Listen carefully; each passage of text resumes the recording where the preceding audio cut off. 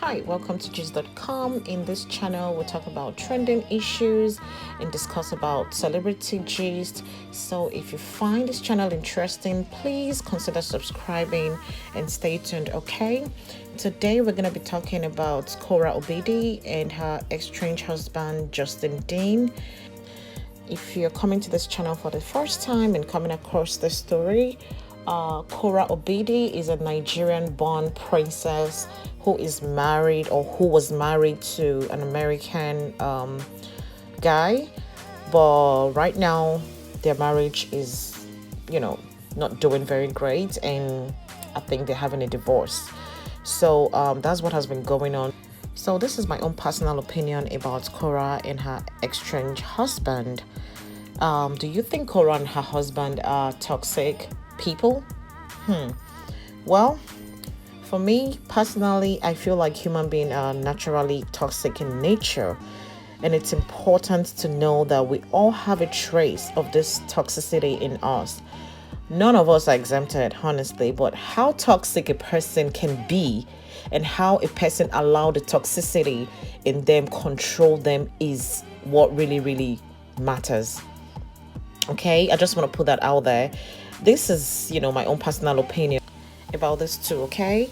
I sense toxicity and immaturity in the sense that they were both not ready for marriage. Don't come for me. This is just, like I said, my own personal opinion. You can air your own opinion out in the comment section. So a lot of people get married for the wrong reason, but they forget that marriage is not a child's play. It's not a bed of roses at all. The truth is that in marriage, reality eventually sets in. And if both parties cannot accommodate each other, then the marriage itself will not work. And this is when the marriage itself becomes toxic. When people are married and unhappy, I feel like it's very important to talk about it. Don't just hide it or stay there and continue living together and keep having children. Because if the feeling is not there anymore, or you just even find yourself falling out of love, I feel it's very important to communicate it to each other, right? And if both of you feel the same way about, the whole marriage not being happy or not loving each other or falling out of love with each other, and you feel the same way, I think it's time to move on. And if other partner is still in love and you both try to make it work and it's not working again, I think it's time to still move on. Don't just stay there and think, oh, it's going to be fine. It's going to work out eventually. Human beings have their own mind. In most cases, couples who have this discussion and separate or leave at this stage, get a divorce at this stage of their marriage, I feel like the marriage don't get as messy as people who wait till their emotion explode in the marriage. For instance, the way Justin exploded over the internet over getting a divorce from his wife. So that's what I think about that. I will always air my opinion about marriage not being a do or die affair. You don't have to. You can always move on regardless. You meet someone and you fell in love and you fall out of love, you can always still move on. It's doable. Because watching what Korra and Justin are doing on social media makes me wonder if they ever even liked each other and talk less of loving each other. Because I feel like if you have some sort of love, or let's just use the word likeness at least, for someone, I believe they're just things you don't want to do to that person. Just take, for example, you loving your child or your dad or your mom. I feel like there's some things you don't even want to think about doing to them. And I believe the same thing should go for partners in marriages, because if you like someone enough, there are things you just don't want to even think about doing. And in this case, I feel like Justin and Korra, I don't know what I'm going to call their marriage, honestly. This is not also to say that marriages have to be, perfect.